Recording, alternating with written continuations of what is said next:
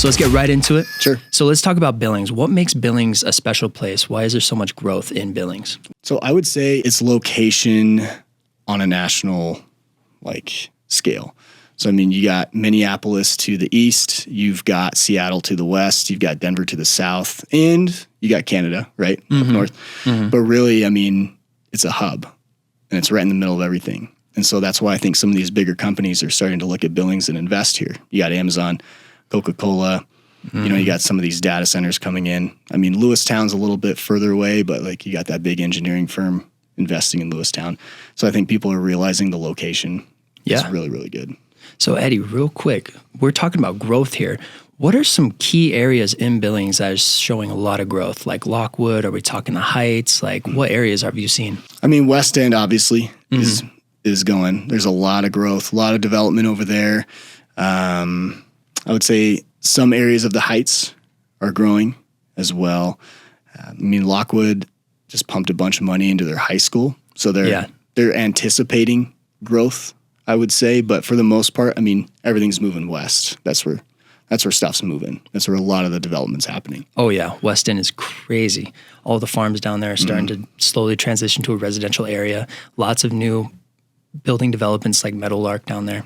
Well, and our Chamber of Commerce is really pushing for, in our local government, for better housing downtown. So we're seeing some new housing developments down there, or at least initiatives. We're also seeing some different commercial developments. So, I mean, Billings as a community is thriving. Yeah. It's amazing to be in a thriving community that's pushing for growth. It's awesome. Now, this might be a little tricky of a question, but can you rank the top 3 most growing areas in Billings? Where do you see people just really swarming to? Where do they want to buy their house? So a lot of people buy based on school.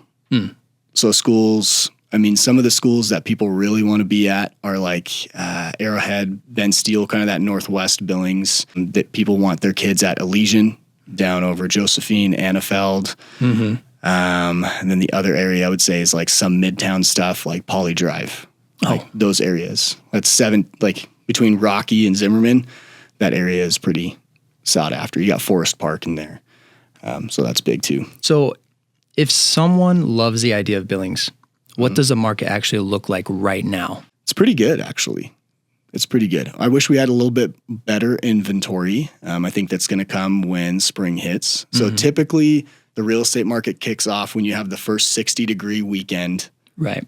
In the year, which is late March, early April. I mean, it could be next week for us right now, which is weird. Montana living, right? Yeah. February typically, rears its ugly head and gives us snow dump.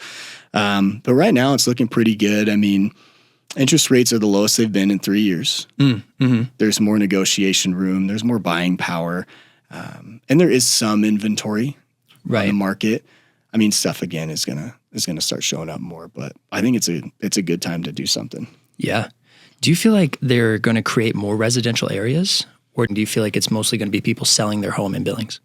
Oh, I mean, the builders are going to build because they're in the business of building. I mean, pretty sure McCall is going to the West End. They've already started. A lot of these builders are just going to keep building, and we're going to see some existing buyers or sellers, that kind of existing inventory come on the market, because once the spread between the interest rate now and their interest rate gets closer, then they feel more comfortable moving because they're well, I can afford an extra $200 a month. It's different when it's $1,000, but we need a little more space. I want a bigger garage, whatnot. So I think we're going to see an influx in the next year or two of existing homes coming on the market. Yeah. Not newly built. We'll see newly built as well. Eddie, what prices move the fastest here in Billings? Anything that's priced right moves. Yeah. So that's the answer. What I mean by when something's priced correctly is you're pricing it a little under what you're comfortable with. Because you want to incentivize somebody to come in and buy the house, right? Right. You don't want to overprice it, because if you overprice it, then it's going to sit, and then you're actually going to probably get it for less. So I usually have 3 layers or 3 levels, of pricing. I just have the test the market limit, which is hey, we can try this. It's probably not going to really get you what you want, but you can try to test the market. Then there's market value, right? It's like, hey, all the sold comps say it's worth this. Yeah. But my favorite is event pricing. Let's create an event. Let's get you multiple offers. Let's get you going. Because if you put your house on the market, you're trying to sell your house, you're trying to move, or you're trying to get equity out of an investment. So let's create the event. Let's get it going. And people, I totally get it. People want to make money. Like there's nothing wrong with that. But there's a non-monetary value to headspace and stress. And it costs a lot more than you realize.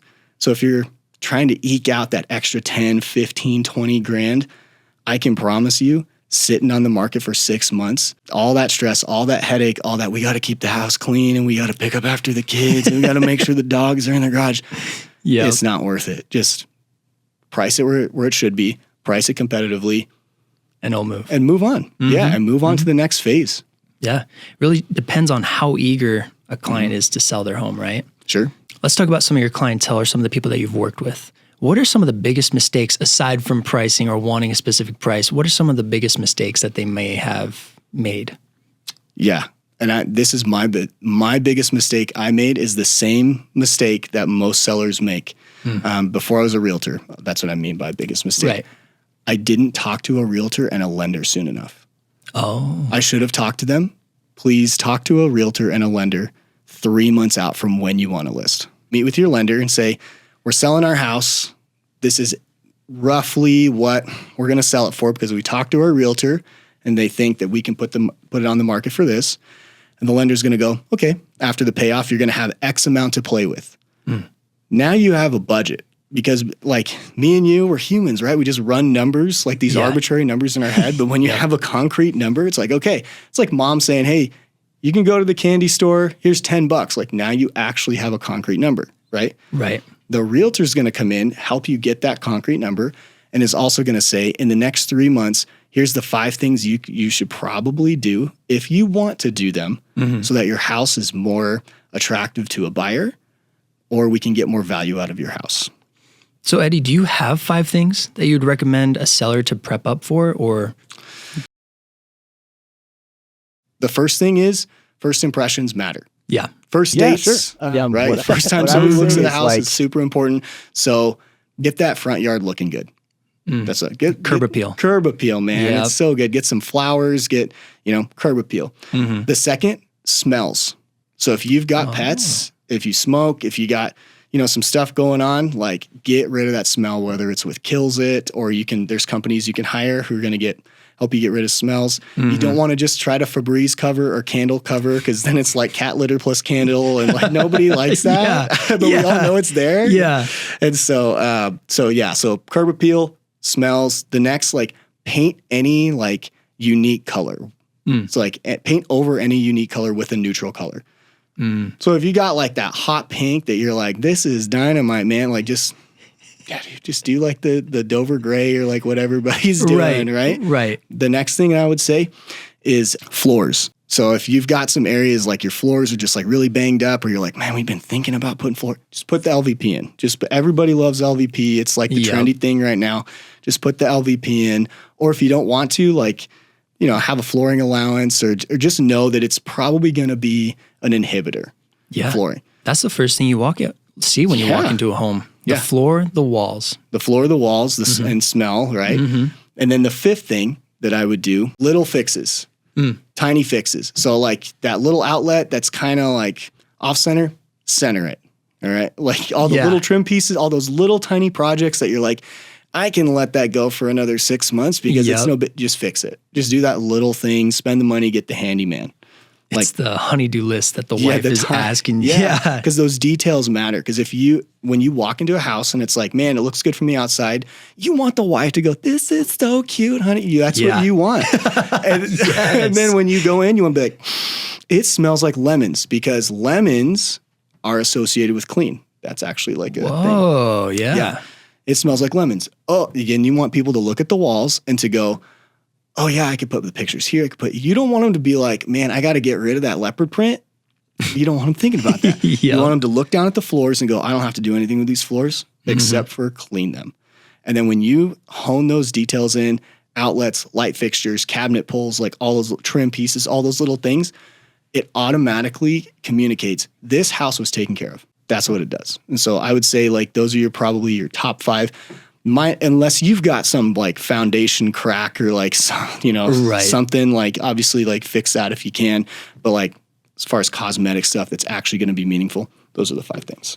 Eddie, let's turn the tables over. We talked about sellers a lot. Yeah. You work with buyers, I'm sure, I do. all the time. Love it. So let's talk about some things that they would need to prep up and get ready for. Yeah. Again, budget. So meet with the lender, talk with the lender and say, hey, here's what we want to do. Here we want to buy a house. Like help us, on that road, help us see what our budget is. And your lender is they're going to do a credit check. Mm-hmm. They're going to look at your debt to income ratio. They're going to look at all your jobs and income statements and all that stuff. But they're going to give you a budget. And I would say people need to meet with a lender if you're buying a house before you meet with a realtor. Meet with the lender, get the budget, then go with the realtor, have fun, look at the houses because now like this is what we can afford. Yeah, yeah.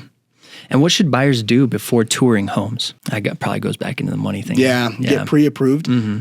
I like to sit down with my buyers and just ask them, what do you want? What are you looking for? Why are you looking for that? What? Yeah, because we as people think we know what we want. We're completely irrational and we don't until we start looking. I'm sure like you go look for clothes I see it on myself. Or watches or like whatever. You're like, I totally want this shirt. And then you get in there and you're like, well, maybe I don't know.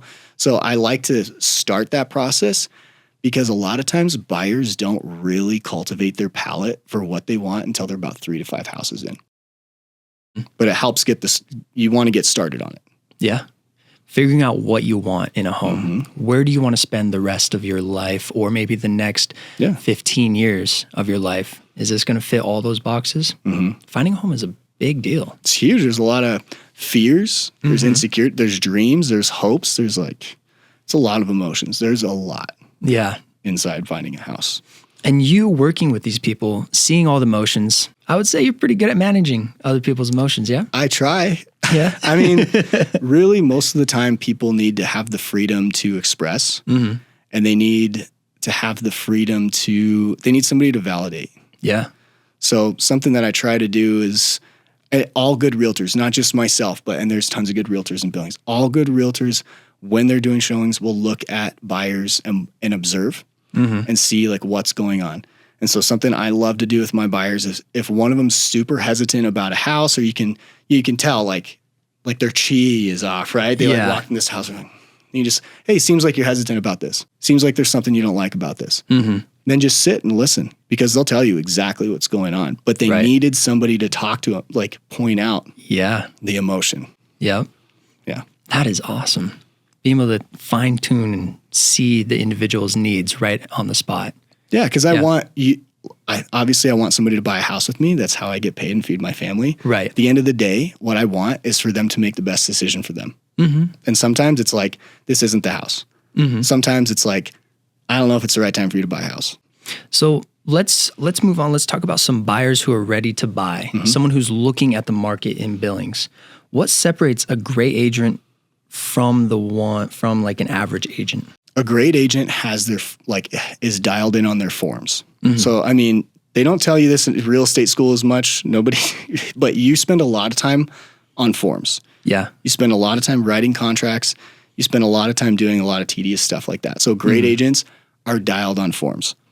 Great agents are also willing to tell their buyer the truth because they care about their buyer over the commission check. Yeah. So they're willing to say, look, I know you guys want to buy a house right now, but I can just tell there's a lot of friction. You should probably get that figured out. Right. Before you guys purchase a house.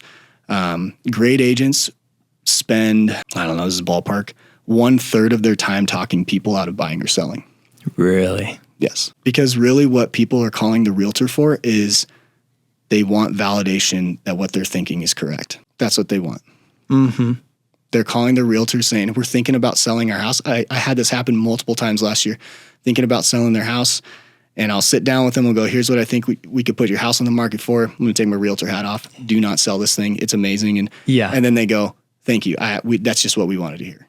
Wow. We just want to know that it's okay that we're not selling, or it's okay that we're not buying. Mm-hmm. That's why people are called realtors.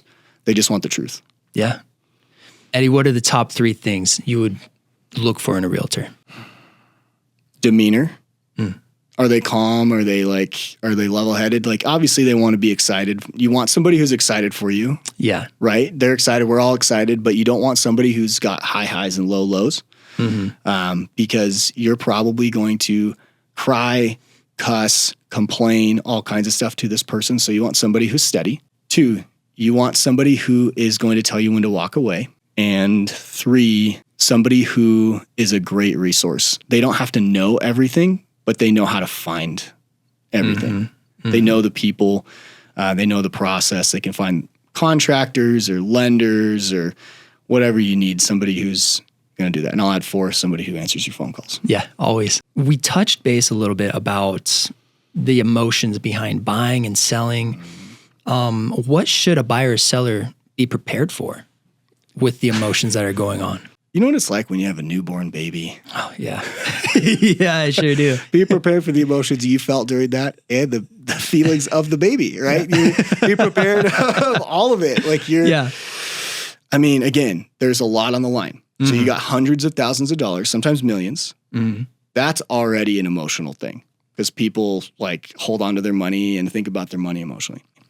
Now we're uprooting our lives, moving to this other space. There's a lot of inherent fears. There's a lot of inherent dreams and hopes.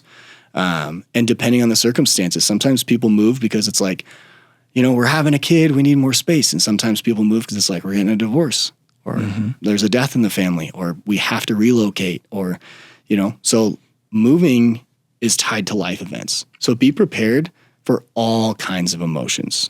Like I would say it's very common for people to cry. Yeah. And to talk to people and they're just crying. Wow. Yeah. In my office or on the phone or it's very common and it's okay because there's a lot on the line. There's a lot for you. As a person, you're buying a house, you're selling a house. There's a lot. That's totally okay. Yeah. I think that's huge that it ties into the money. Think of the money emotionally, right? On top of that, you have all of your regular life things going on. Oh, dude. Yeah. Yeah. So let's talk about ERA. What is that brokerage? Tell me kind of what makes it different from the other brokerages. Yeah, what I love about ERA is that there's people who go into work every day. So a lot of times, because our job as a realtor, we can do it remote. We the home office, all kinds of stuff. And there's a lot of people that crush working from home. So I'm not getting down on them. But what I was looking for is I want to come in and I want to see hey, there's other people hustling like I am because it's a hard business. It requires far more grit than talent. Yeah. And so I wanted to be around people who come in every day, who are in the trenches every single day.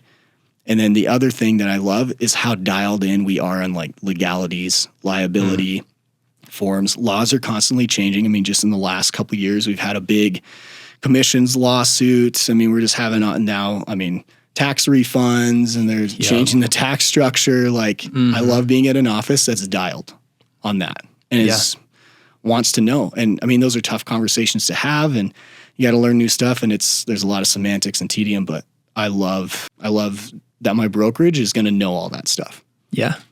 So delving more into the brokerage, if a seller wanted to sell a home, why would they want to go with you? I think most realtors are like this, but I would say that the people I've worked with, because they've mentioned this, they know that I have their best interest in mind, not just mine. There's no way I can not have an interest, right? Because I get paid. Yeah.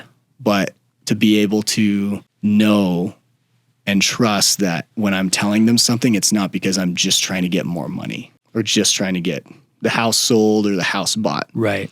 I would say. And there's a lot of realtors in town who have the same bent. They're at that's, I think a big misconception about realtors is that they're just out for money, just out for the commission check. We're trying to make sales. Yes, we are. Most realtors I run into, they care about the client more than the check. Yeah. That's the truth. And that ties right back into what you're saying earlier, talking people out of selling their home, right? That's kind of huge, showing humanity before the commission check. Yeah. Feels like realtor heresy, but that's the truth. You gotta, at the end of the day, it's a person that you're talking to and there's a lot going on and You want to build trust. Trust is the greatest piece of equity you can have. Yeah. So Eddy, we're pretty much done with the list. But is there anything that you would like us to cover? There's a lot of good realtors out there, and interview 2 or 3 of them before you go with somebody. Yeah. Like, don't be afraid to do that. Good realtors know that they're going to be in competition, quote unquote, with another realtor. Mm-hmm. And you're going to essentially be best friends with this person for anywhere from 45 to 90 days. Yeah. So interview them, and they're going to get an insight, a very deep insight into your life, into your finances, into your marriage, into your parenting, into a lot of stuff. So don't be afraid to interview and start the process way sooner than you think. If you're like, I'm about 1 to 2 years out from buying a house, you're probably 6 months out.